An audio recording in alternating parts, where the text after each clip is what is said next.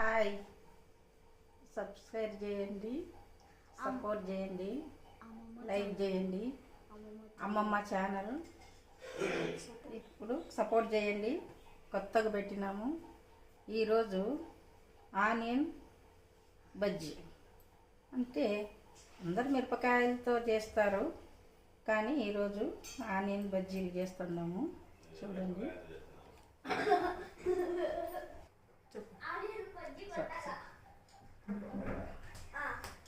Onion పావు kilo తీసుకున్నాం. తర్వాత శనగపిండి పావు కిలో, వాటర్ వచ్చేసి ఒక glass water. Start. First onion వేయాలి. పావు కిలో తీసుకున్నాము కదా, ఆనియన్ వేసి వీటిలో వేయాలి. పావు కిలో శనగపిండి తీసుకున్నాను. ఈ పావు కిలో తీసుకున్న శనగపిండి వీటిలో వేయాలి. ఈ రెండింటిని బాగా ఇలా కలపాలి. ఎందుకంటే ఈ ఆనియన్స్కు శనగపిండి బాగా కలవాలంటే ఫస్ట్ వాటర్ వేయకూడదు. ఇలా ఒక 3 నిమిషాల పాటు కలిపి బాగా అంతటా పిండి పట్టేలాగున కలపాలి. ఆ తర్వాత వాటరు వేయాలి. వాటర్ వేసిన తర్వాత వాటరు కొంచెం కొంచెం వేసుకొని కలపాలి. ఇలా ఎంతసేపు కలిపితే అంత సాఫ్ట్గా వస్తాయి బజ్జీలు.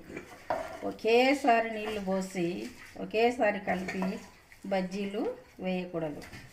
ఎందుకంటే బజ్జీలు స్మూత్గా క్రస్ట్. ఈ బజ్జీలలో కొంచెం సాల్ట్ కూడా వేసుకోవాలి. వేసుకుంటే బాగా టేస్ట్ ఉంటాయి. ఆ తర్వాత కొంచెం సోడా పొడి కూడా వేయాలి. ఇలా బాగా కలపాలి. వాటర్ తగినంత వేసుకోవాలి, సాల్ట్ వేయాలి, తర్వాత సోడా పొడి వేయాలి, ఆనియన్ వేయాలి, తర్వాత శనగపిండి కూడా వేయాలి. అన్నీ వేసిన తర్వాత ఒక 3 నిమిషాలు అలా ఉంచాలి. ఆ తర్వాత ఆనియన్ బజ్జీలు. ఇప్పుడు స్టవ్ వెలిగించుకోవాలి. కొద్దిసేపు హైలో పెట్టి ఫ్యాన్ పెట్టాలి. బాగా హీట్ ఎక్కేంత వరకు అలాగే ఉంచాలి. ఆ తర్వాత వేడి ఎక్కిందా కొంచెం, ఆ తర్వాత ఆయిల్ వేసుకోవాలి.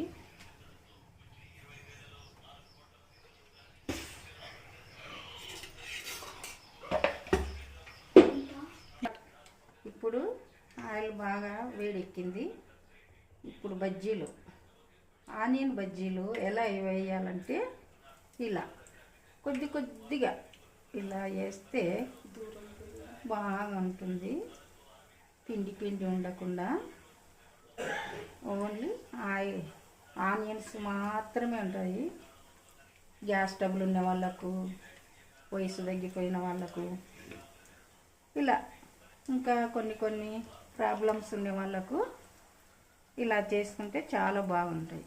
ఇలా కొద్దిసేపు ఉన్న తర్వాత ఇలా అన్నీ తిప్పేసుకోవాలి. ఇలా అన్నీ తిప్పి వేసిన తర్వాత ఒక 3 నిమిషాలు మళ్ళీ అలాగే ఉంచాలి.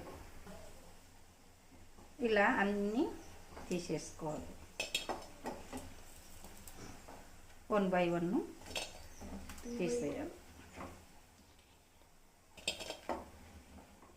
చూడండి, చాలా క్రిస్పీగా సౌండే